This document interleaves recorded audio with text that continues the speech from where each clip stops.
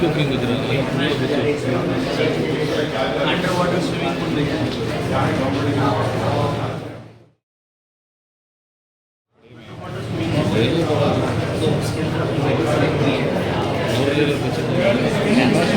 ये देखो कैमरे में वो आ गया।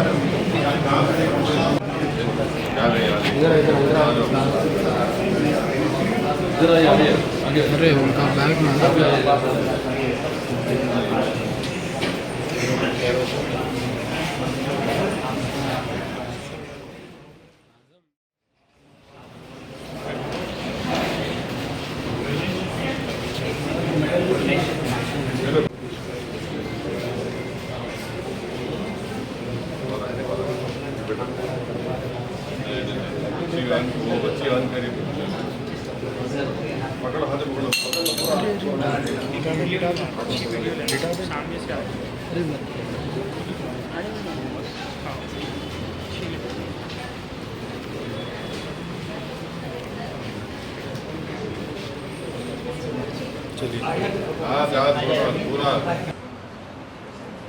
सर जैनूर के इंसिडेंट पर क्या कहेंगे सर तेलंगाना के? मैं डीजीपी साहब तेलंगाना डीजीपी से बात किया हूँ और कल जैनूर में एक लेडी के ऊपर कुछ हमला हुआ, मोलेस्टेशन हुआ। ये न्यूज़ मेरे पास है, वो सही है नहीं है वो बाद में मालूम होगा। फिर ये भी मालूम हुआ कि एक ऑटो ड्राइवर को अरेस्ट भी करे, जेल को भिजा दिए। आज जो मेरे पास न्यूज़ है कि एक मस्जिद के ऊपर वहाँ पर कुछ कोशिश की गई। मैं वीडियोस देख रहा हूँ, अगर वो सच है नहीं है मुझे नहीं मालूम, मगर डीजीपी ने मुझसे एश्योर किया है कि वो मॉनिटर कर रहे हैं, एडिशनल फोर्सेस भी जा रहे हैं।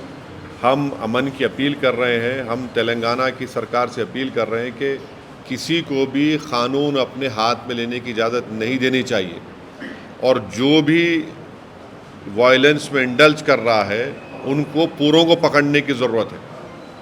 ऐसा नहीं हो सकता कि जो चाहे किसी के दिल में आ जाए और मैं हरकत कर लूँ, मैं किसी के घर पे जाके मोटरसाइकिल को डैमेज करूँ या घर को डैमेज करूँ या किसी की वो जला दूँ। मैं कानून की सुप्रीमेसी होनी चाहिए, रूल ऑफ लॉ की सुप्रीमेसी होनी चाहिए।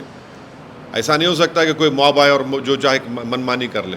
तो मुझे उम्मीद है, क्योंकि डीजीपी मुझे एश्योर किए हैं और हम उम्मीद करते हैं कि वहाँ के एसपी जो आसिफाबाद के एसपी है वो फ़ौरन हालात को नॉर्मलाइज करेंगे और जो कोई भी इस वायलेंस में इन्वॉल्व है उनको पूरों को इमीडिएटली अरेस्ट करके उनको जेल को भिजाया जाएगा और कोर्ट से उनको सज़ा दिलाई जाएगी।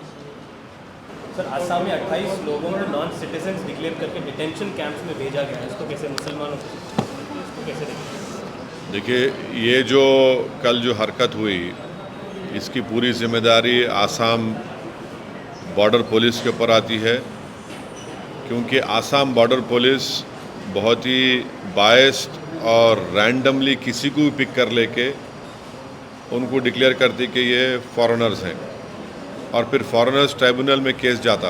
और फॉरेनर्स ट्राइब्यूनल का भी जो तरीक़ा जो है वो बड़ा एक्सक्लूजनरी है, आर्बिट्ररी है। और तीसरी बात यह है कि सेक्शन 9 ऑफ जो फॉरेनर्स का एक्ट है उसमें बर्डन ऑफ प्रूफ जिन पे आर्बिट्रर्स पे लगाया जाता कि ये भारत के नागरिक नहीं, उन पे आ जाता है।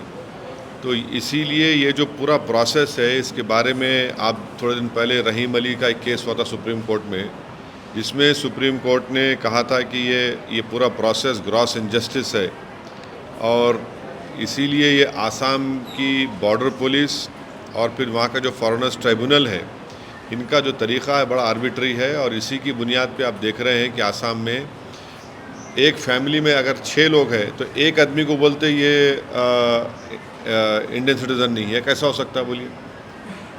फैमिली में अगर पूरे होना एक को बोलते और फिर एक जगह पर इन 28 लोगों को जमा करना वहाँ पर और जमा करके एक तमाशा करना और उनकी चीख पुकार की आवाज़ें जो सबको फ़िक्रमंद और परेशान कर रही है।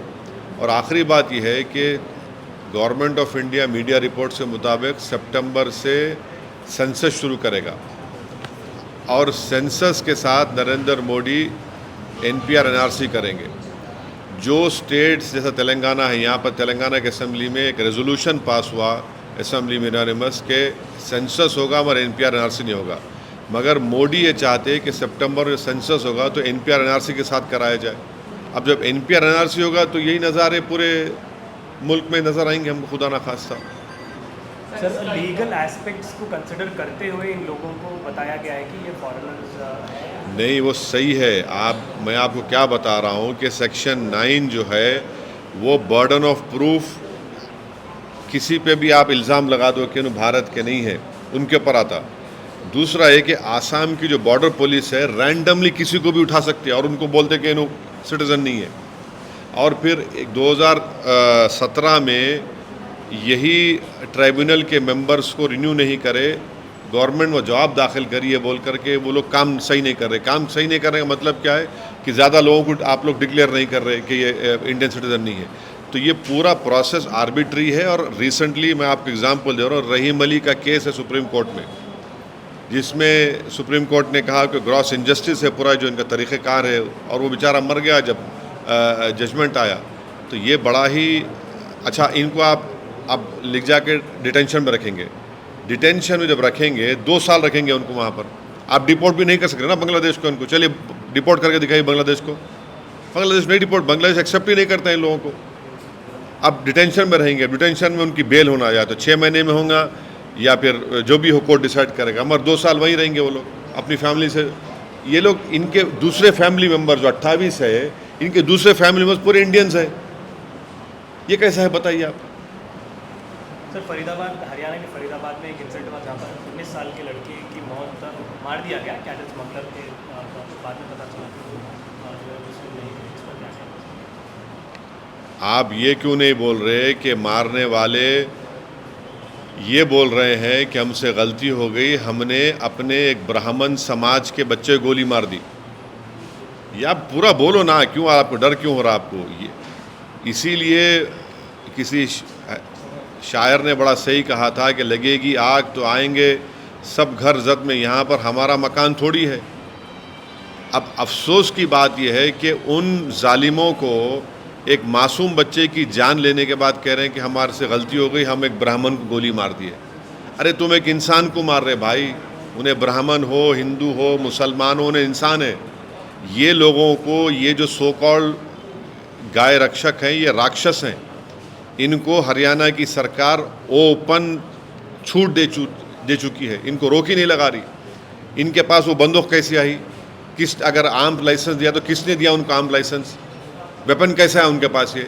और कैसा वो किसी को रैंडमली कैसा रोक रहे हो लोग? रोड पे रोक रहे हो, बच्चा नहीं रोका, निकल गया, गोली चला दी ऊपर उसके ऊपर। एक माँ अपने, एक भाई अपने घर में एक बच्चा की मौत हो गई, चाहे वो किसी मज़हब का हो।